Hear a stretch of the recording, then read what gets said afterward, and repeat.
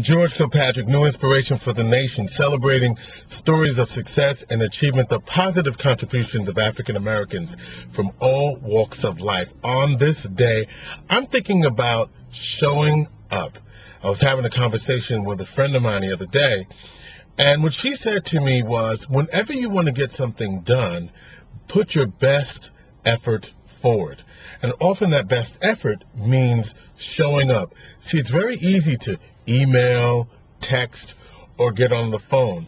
But those who really want to grab a hold of success in their life, show up. I remember Tavis Smiley said to me once at a conference that 80% of success is just showing up.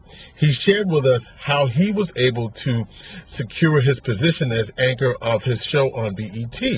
When they were asking him when did he want to audition, he said he wanted to audition first. And by showing up first, he was the one that was selected to get that coveted hosting position.